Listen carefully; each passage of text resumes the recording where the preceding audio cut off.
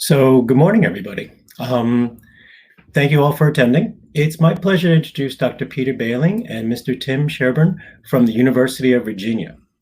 They both will be presenting updates on their research task, WRT-1013, Security Engineering 2019, Mission Aware Cyber Resilience. One quick programming note, if you have any kind of difficulties, given that this is the first one, please be sure to just refresh. At this time, I'm going to actually ask Peter if he could take it away.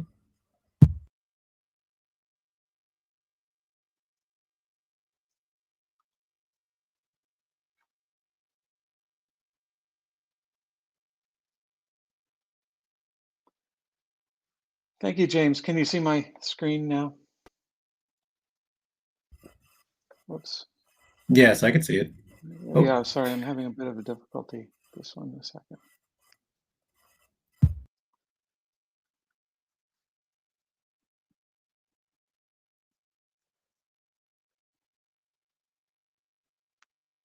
Okay, does that look okay, James?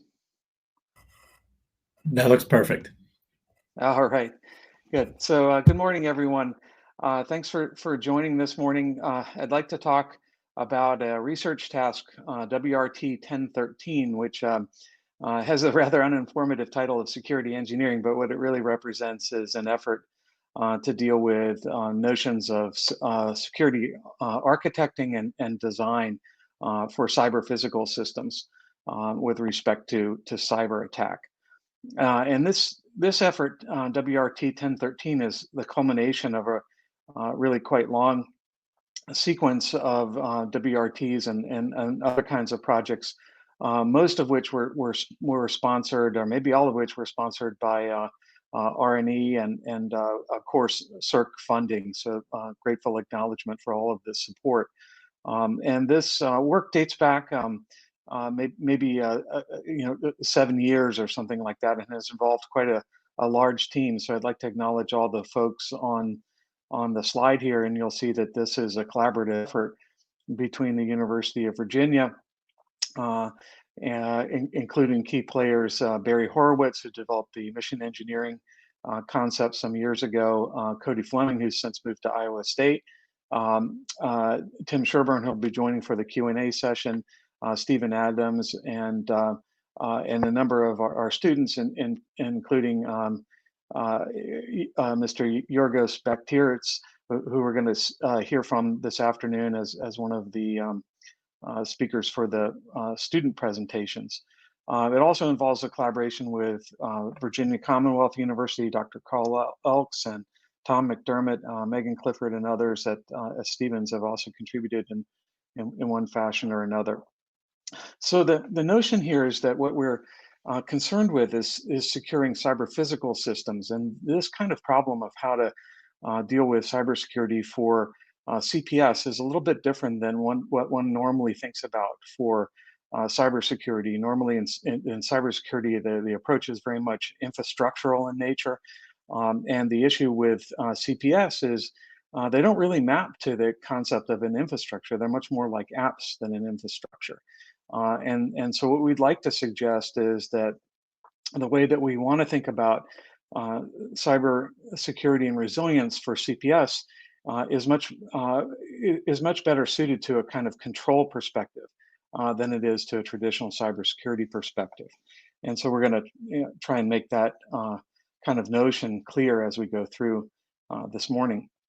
So we first encountered this kind of thinking and started developing our ideas some years ago and considering cybersecurity for a UAV. So we were asked by the Defense Department to please consider ways in which we could provide cybersecurity for something like a UAV. And the answer to the question of could we do it is, well, maybe, but it's pretty difficult. It's enormously complex. The devices or the vehicle is filled with devices that come from far off places, so we don't have any control over the supply chain.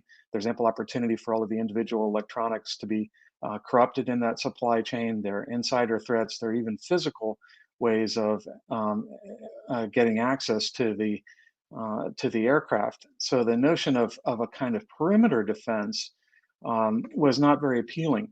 What we instead gravitated to is the notion of making some additions and changes to the vehicle that would be minor from an operational perspective and minor from an implementation perspective, we hoped, but would produce an asymmetric uh, uh, effect on the adversary, making it much more difficult for the adversary to achieve the desired ends. So minimize system impact while maximizing uncertainty for the adversary was kind of our watchword. And that kind of notion combined with the idea of that what we were out to provide was resilience, that we'd actually condition on the attack happening, saying, given that there's an attack, what is it that we can do? Can we provide a fight through kind of capability for essential mission services? So point defense rather than perimeter defense. In the case of our UAV, by the way, I'll just use it as an example, that what we quickly learned is, the notions of deterrence and resilience are great, but you can't provide them for everything. So the system performs a lot of different functions. And the first question we had to ask of the sponsor was, what do you care about the most? What is the nightmare scenario that keeps you awake at night? Because maybe we can do something about providing resilience for that function. And the answer was, well, for our UAVs, we're used to having them shot at, so we're not really concerned that one should crash. We're not concerned that the UAV should not return with the data that we send it to acquire, because we have other assets that we can use. What we really don't want to have happen is have the UAV go somewhere that it's not supposed to go and say land in enemy territory, where it could be acquired by the adversary. So what that led us to think about was protecting the function of navigation above all others, and that became our focus. Now, protecting navigation is a kind of daunting task because it involves all kinds of things, GPS units and so on. Again, these GPS units are complex pieces of equipment that include software and hardware that we may not have complete control over, various kinds of CPUs and so on that may not even be built in the country. And so the question was, how could we do that? Our approach was very simple. We recognized that our UAV had two GPS units on it, one for navigation and one for the mission surveillance package, and that we could easily implement a small piece of hardware in a very secure way that would monitor both of those GPS units in terms of output and tell us when there was a significant deviation in output. And that, if it ever should occur, would be the basis for deciding on a alternative course of action to put the aircraft in a resilient mode of operation. And it could be lots of different resilient modes, but one might be switching to inertial navigation. So this kind of thinking is something that we've been wrestling with for a while, and I'll give a few examples of where we have been considering these kinds of problems, a few different application areas. But I'll say that what we're bringing together, aim to bring together, is system architecture and design, risk analysis, model and prototype-based system performance assessments, and test and evaluation in a way that would allow one to think about design and architecting for security. I would offer that these kinds of things come together whenever one is dealing with trying to choose an appropriate mix of defense, hygiene, resilience, and software engineering tools. So these are all different ways in which you can achieve security. You can have perimeter defense. You can make sure that your practices with regard to patching passwords and so on, this is what people sometimes call hygiene, are up to snuff. You can provide resilience, and you can think about making your software as free of vulnerabilities as possible. So all of those are different approaches that, to one extent or another, work together. I'm going to focus today principally on resilience, but we do have all of these things in mind. Our concept for resilience is something that we call mission aware. The mission aware concept is you know, was something that was well illustrated by the UAV. I think that the notion that we have a Sentinel, some kind of device that's receiving data from the system that's to be protected. So in the case of our UAV, we had the system was the UAV, and the Sentinel was a little FPGA unit that was receiving signals from the GPS units. So could the signals or sensor data going into the Sentinel could be internal to the system that's to be protected, or they could be potentially coming from sensors that the Sentinel kind of brings with it to the picture. And the notion is that the Sentinel is itself a very secure kind of device because it has such a simple job. Maybe comparing the outputs of two GPS units, it's possible to make it extraordinarily secure in and of itself.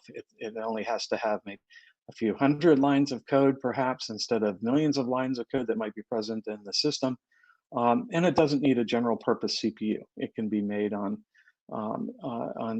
electronic devices that for which we have foundries in the U.S. and for which we can have more assurance.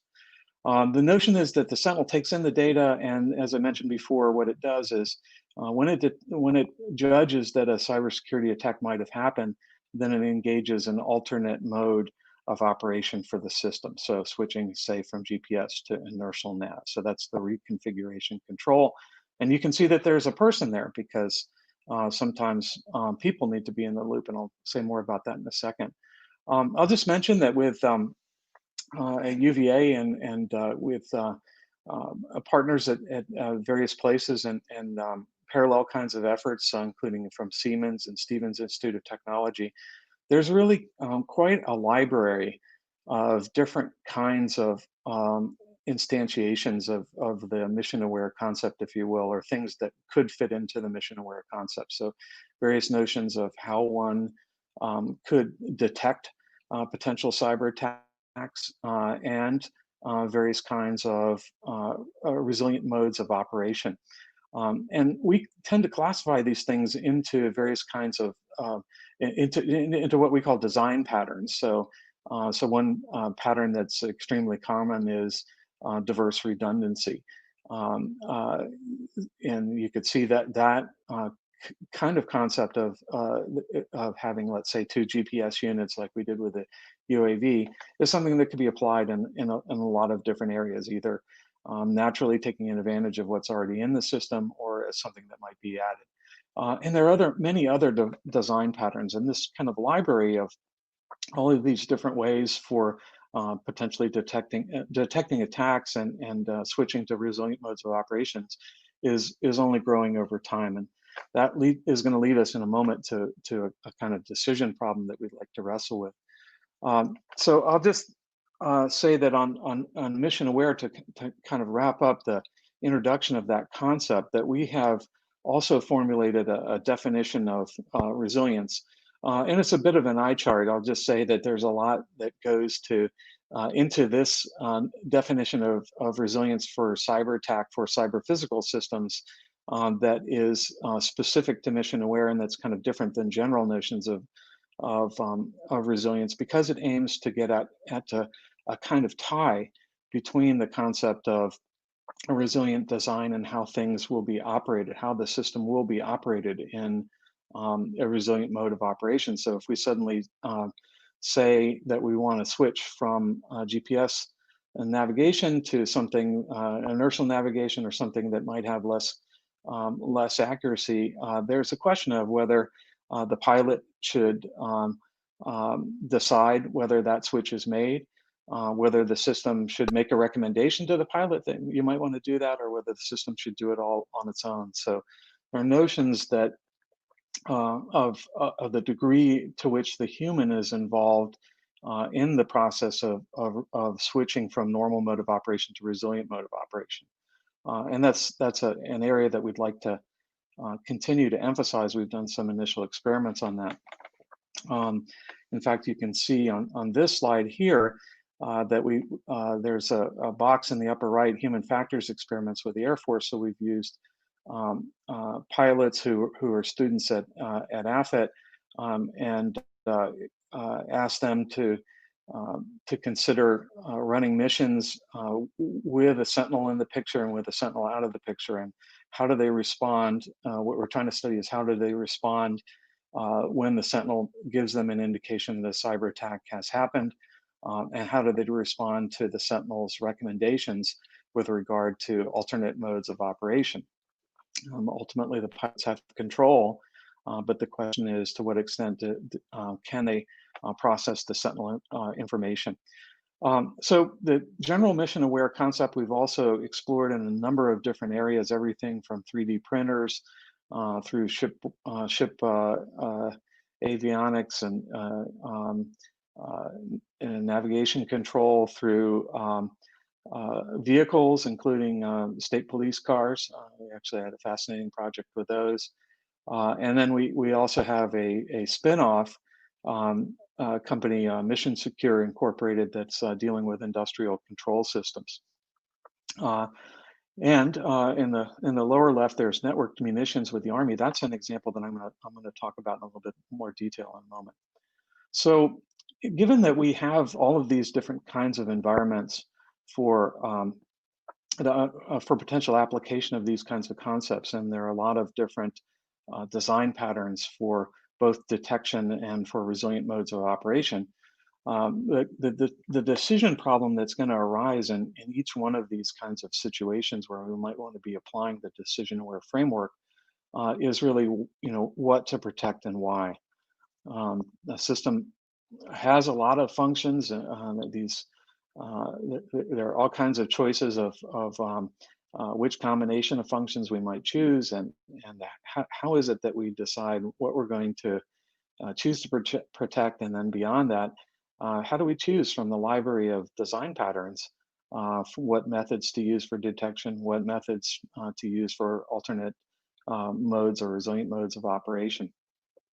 So this is a tough kind of decision problem. It's combinatorial in nature, and exponentially large design space, to be sure. And the way that we have approached the problem is to integrate three different teams with the idea of trying to ask each team to perform functions that it's kind of uniquely suited to perform, and to provide each of the teams with an aid in the performance of that function. So the three teams that we have are the blue team. These are the system and mission owners, and they know a lot about what the systems are, what the systems are intended to be used for in the context of a mission. And the notion is that what we want to provide that team is a structured elicitation process that will help them perform their principal job in our methodology, which is to decide on what the priorities are for system functions. So to understand and judge the potential risks from a consequence perspective, thinking about what system functions they are most concerned with, and then giving us something to work with that helps bound the problem. Now, with that output of or prioritization of systems function and the kind of implicit bounding of the problem then goes to the gold team. These are the systems engineers. So that's our community, and what we're in charge of is taking that scoping from the blue team and then developing various kinds of both system models and preliminary architectural designs, as we'll see in just a moment.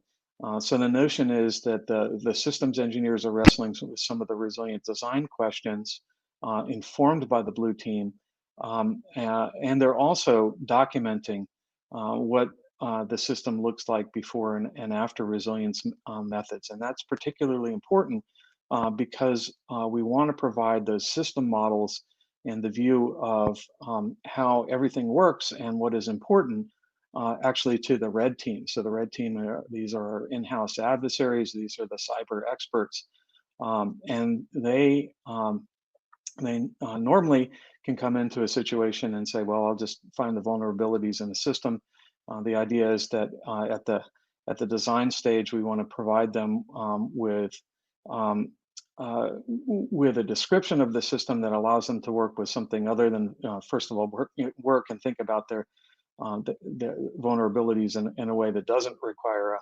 a necessarily completed software set. Number one. Number two, we want to jumpstart the process so that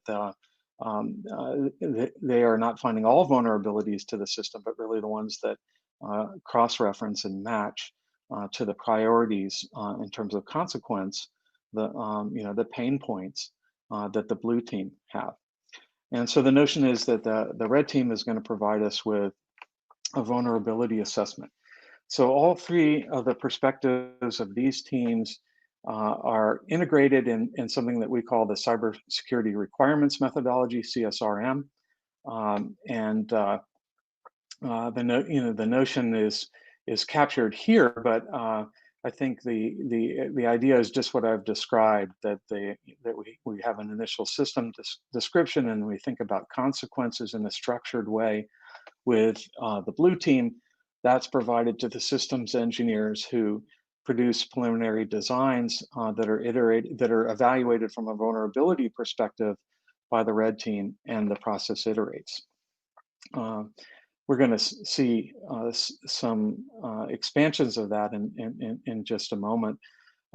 So that the concept of CSRM and the model and the mission-aware kind of framework for cybersecurity, this is something that we've kind of brought together in CSRM and in a little bit more organized way through the use of model-based systems engineering.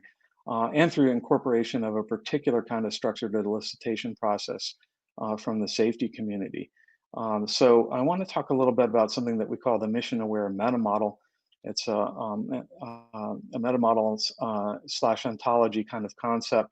And the notion is that it's bringing together three elements. So first of all, the mission-aware framework, and then something called a systems theoretic process assessment, which comes from the safety community. So this was developed originally at MIT and has been expanded from its original kind of safety roots to security by Colonel Bill Young. And so we're adopting that whole perspective. And what that perspective is really is that the notion of safety and is best considered as a control process. What one wants to think about are things like states and actions. So a very control-oriented perspective, as opposed to the idea that losses are incurred by just the kind of statistical flukes that involve things failing. So the heart of the matter is what is a loss? So that if you want to approach things from an STPA perspective, you have to think hard about what are your pain points. So what are these things of value that could be lost? Don't want my UAV to land in a foreign country. Okay, how could that happen? The UAV could be in a hazardous state. How do you get into a hazardous state? You've taken an unsafe control action. So this kind of modeling allows one to understand how losses could occur, both from a control perspective and also in terms of the causal factors. So we've adopted STPA and STPA-SEC, the security version, and have incorporated them with this formidable looking diagram that's shown here. This is, let me explain this for a moment before we talk about bringing the two things together. So this is a meta model developed by the Vitek Corporation. This is Vitek's Genesis meta model, and what it aims to do is capture, in some ways, kind of everything that you need in one package for modeling systems. That's the idea, that it really represents an ontology for systems modeling and to a large extent for systems engineering as well. And the notion is that that Genesis and Vitek's product here for us in some ways, it is a placeholder for what open source um, visions of meta models might be in the future. So SysML version 2, as many of you know, is coming down the pike, but it's not here yet.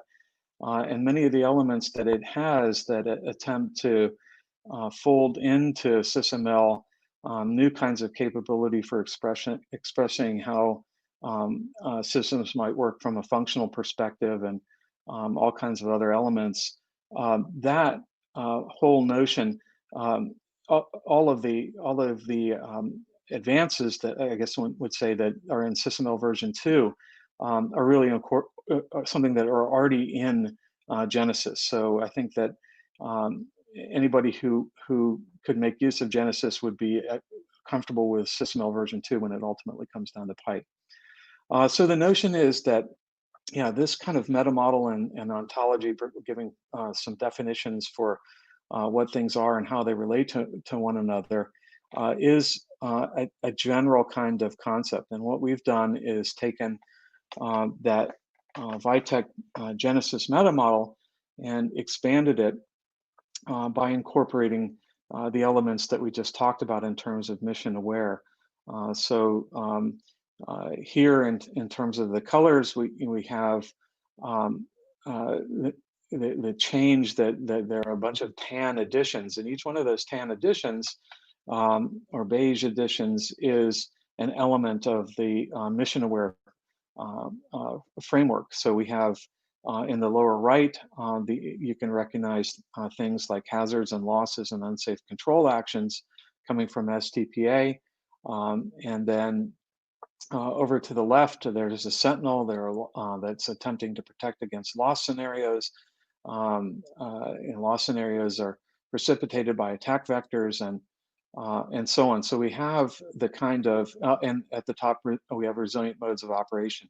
So we've thought through an ontology and meta model that ends up capturing all of our STPA and CSRM kinds of concepts in an integrated fashion, and have in the end, the particular integration that we've achieved is putting that into the general systems meta model from Vitek. I just want to, this chart is not something that I want people to stare at, but it's just just to make the point that as we'll see a little bit later as well, and maybe in the next talk, one should be aware that these meta models are not just pictures, right? They're actually pieces of software. They're relationships between data. So they're living entities, and what that will allow one to do is to all kinds of tricks. And actually, I think now is the time to reveal that over the course of the morning and early afternoon here in this session, in this track, we will have a sequence of 3 talks that actually touch on the meta model.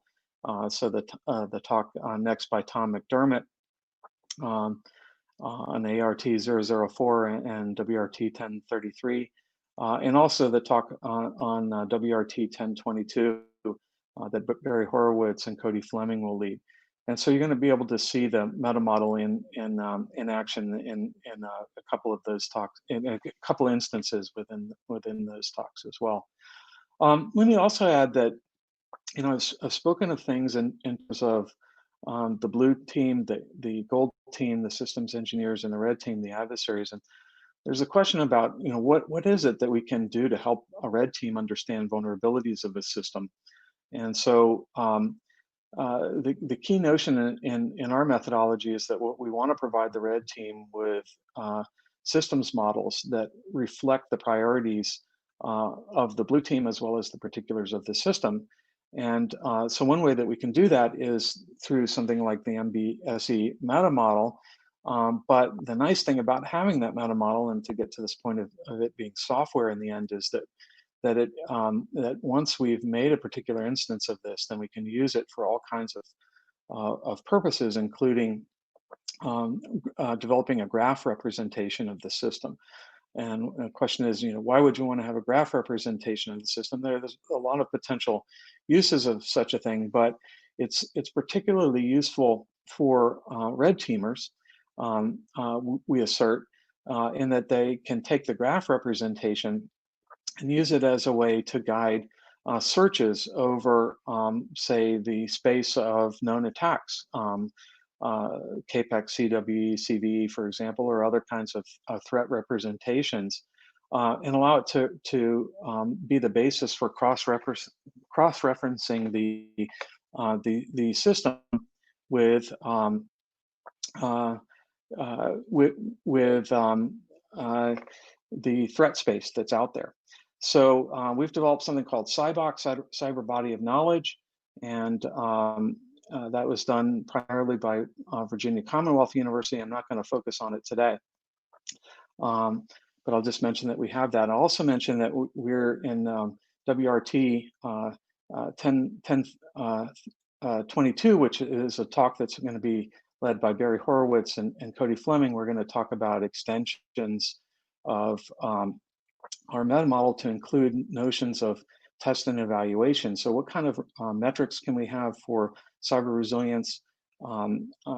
That's the principal focus of that project. But then the question is, in what way can we represent the provisioning for testing and the testing activity itself in terms of model-based systems engineering? So we're pushing ahead on that front as well. So let me just mention also that we have a case study that involves Silverfish. This is a hypothetical design stage weapon system that is something that we developed in concert with CCDCAC, the Picatinny Arsenal Armament Center. And the notion in Silverfish is that we have it's kind of a modern day minefield in the sense that what Silverfish is designed to do is to deny an enemy access to an area. So there are a number of different obstacles.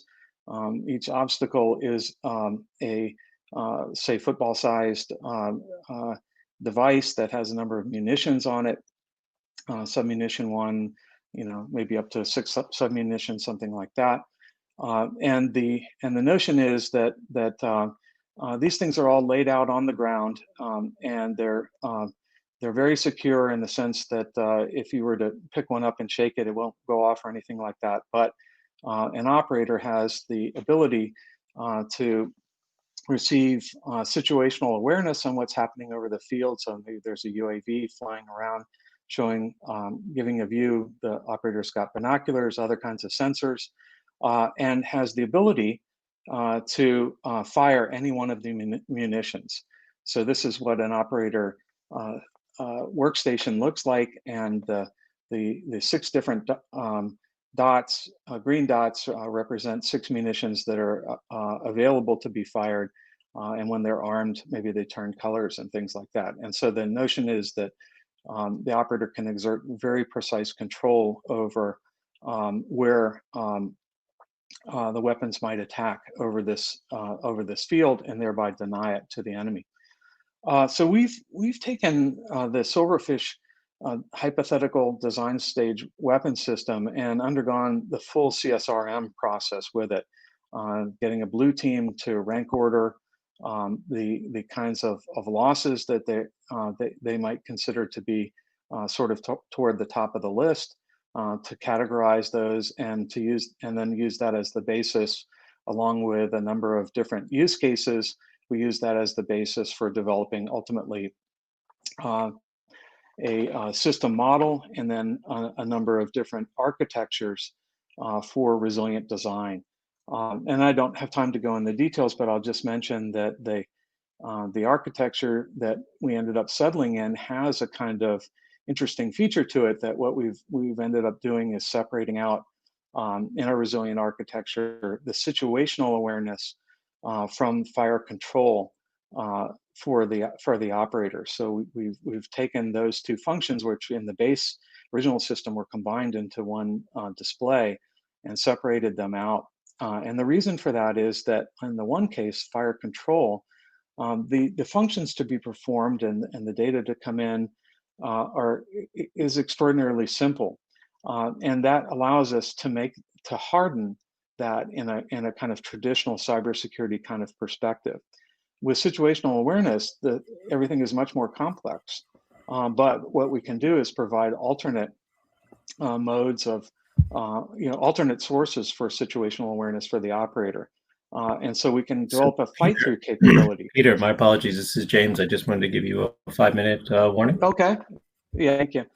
So that's the kind of delicate interplay between that I just want to mention between are we thinking about defense? Are we thinking about resilience? So we had both of those come together in our example. Let me just mention that I'm going to skip the details here, but I'll mention that just getting towards closing that that this line of work has had a lot of impact on the CERC model-based system assurance roadmap. So a version of that roadmap is shown here,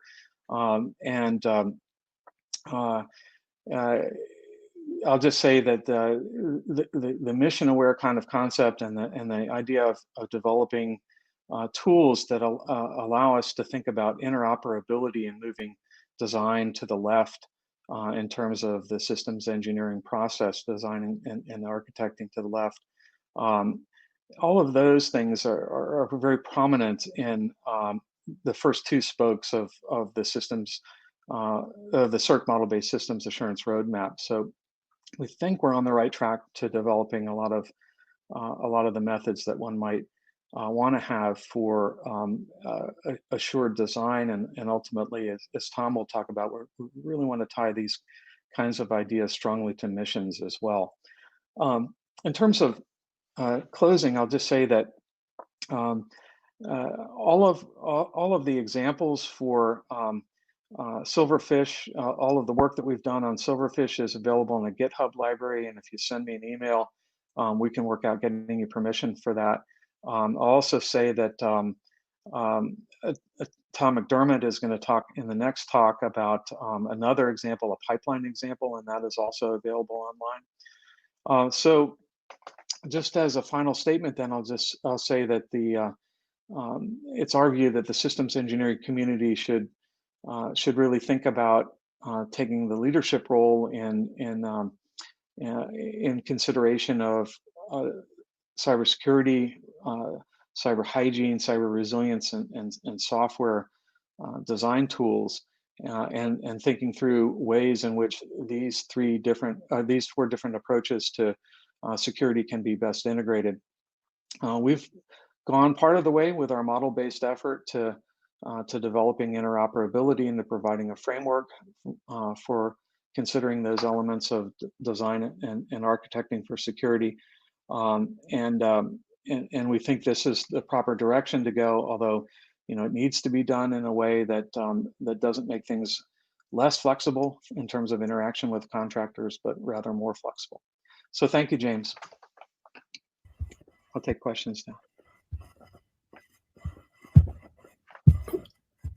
So Peter, thank you. We're running a little bit tight on time, unfortunately, for the next one. I did want to put your attention to a question from Beth regarding the blue, gold, and red teams in particular, and whether or not it's an interim process or is it something that can be used. In particular, the interest had to do with agile development, interim products, and product line engineering applications.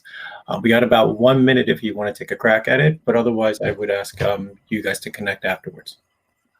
Yeah, so just repeat the question though, and I'll try in 30 seconds, but I missed the middle part of it. James. Oh, just so think blue, gold, and red teams. Are they an interim process, or is there something that can actually be repeated and used? Oh, I see. Yeah. So I think that certainly the red team is something that can move from project to project, and so are the gold team. So hopefully in those. With those two teams, you're developing a kind of capability that you can take on the road. These people have, would develop over time experience with the methodology, and then could move from project to project. I think with the blue team, that is specific to the particular system or mission that you're dealing with at the moment.